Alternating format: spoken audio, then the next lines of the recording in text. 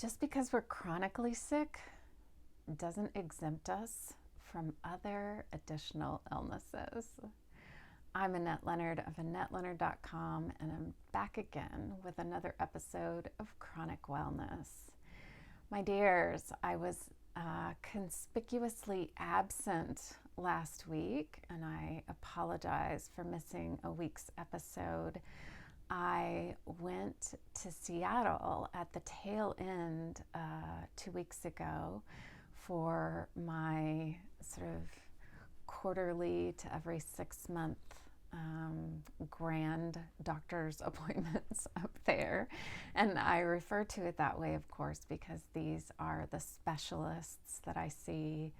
And I keep expecting those doctor's appointments to get further and further apart. But I've not yet been cleared for that, which is an indicator, right, of our illnesses as far as when these specialists allow us to go further and further between appointments. So I look forward to the day when those appointments get further apart. And while I was up there, I contracted a righteous virus. And it's interesting riding with illness all the time as your companion and then getting an additional illness on top of it. Of course, we are not exempt. As a matter of fact, those of us with suppressed immune systems are more prone to getting additional illnesses, but it had been a while before I'd had such a doozy. As a matter of fact, it was, I've had COVID and I've had pneumonia and several sinus infections, but this one was akin to the flu. And man, when that temperature skyrockets and is up near 104 degrees and the body pains are just so pronounced, and for me that sends my migraine rocketing, and I'm not really capable of even getting out of bed for anything except just a bathroom break for days on end. It's so debilitating, and the fever at that pitch, I've only one other time ever had what I consider to be true fever dreams, and that sense of like, I could just go right now, Lord, you could take me, and I'm not sure I would care or maybe even notice. and the strange sort of emotional waves that I ride with that. My first inclination that I was getting sick was actually the morning of my doctor's appointments, and kind of without fail, when I start to feel worse, I first go in on myself.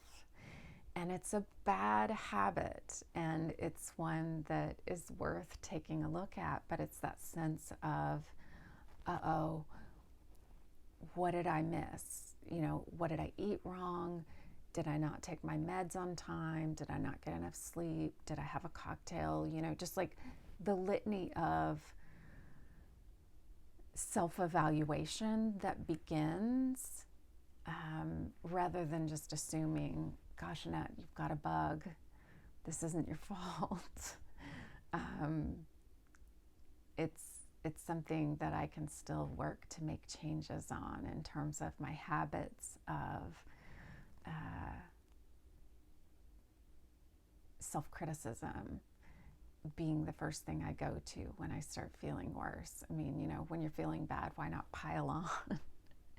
It's a lousy habit that is long-standing and can still use some adjusting, obviously. And I think it's hard for the people in our lives too to understand how those of us with a baseline of feeling poorly every day, then what's it like when we get an additional illness? And for those of us who we are medically suppressing our immune system to then be trying to fight an illness with an immune system that is being chemically suppressed, it's a tricky thing, and how that then prolongs the life of anything we contract, because our bodies cannot mount the kind of typical immunoresponse or send out autoantibodies or start surrounding, encapsulating, and fighting things in the way that a healthy body would. So here I am, just a little more than 2 weeks after I got sick, still not feeling my usual self, my baseline, and having an appreciation, though, for what it is to be able to get out of bed to eat a meal, get out of bed to speak to you, have a bit more life in my days, and just even how grateful I am for the few hours that I do typically have, and that most days I can text with a friend, or that there is an opportunity for conversation here and there, and that hasn't always been true in my illness, isn't always true in my illnesses, and that it leads me to not want to take those things for granted, and how my psyche can get really enmeshed with those illnesses, and that fear of, what if this is my new normal? And the fact that my constellation of illnesses began with the onset of an illness, that I got mono and then I got very sick. And so that fear that kind of is at the heart of things for me about, what if this is the new normal? And still just trying to remain really present with myself and kind of caretake that fear and not let it be all consuming, but be present with myself at those moments and learn from each of these opportunities how to not turn on myself and to be with myself in the midst of the fears that arise. These chronic lives, there's no shortage of opportunities to continue to grow, continue to stretch, continue to learn,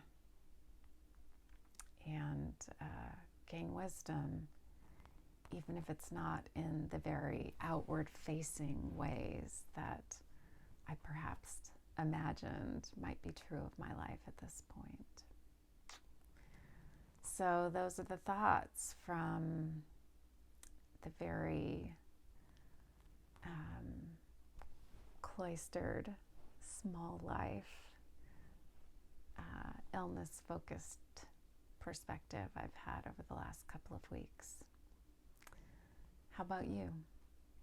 Have you remained healthy during this flu and cold and COVID season? Are you also riding with uncomfortable companions of illness upon illness? Or have you stayed pretty healthy? If you have, how have you done it? If you haven't, what thoughts or fears or realizations have come to the surface for you? Also, I want to tell you that this Thursday, February 8th, at noon Pacific Standard Time, I'll be doing another Instagram Live. This time I'll be hosting Alexis Hawes of the Instagram account Why I Eat Plants. And we'll be talking about how her fast-paced life with eating anything she wants and drinking anything she could, and living in the New York fashion world led her to collapse and inflammation, and how she made radical change, and what she's doing now, and how a nutrition focused, slower paced life has really brought transformation at the center of everything for her. So if you're on IG, tune in if you can. And if not, I'll see you back here. And I thank you for joining me for another episode of Chronic Wellness. Until we're together again, be kind to yourself and be well.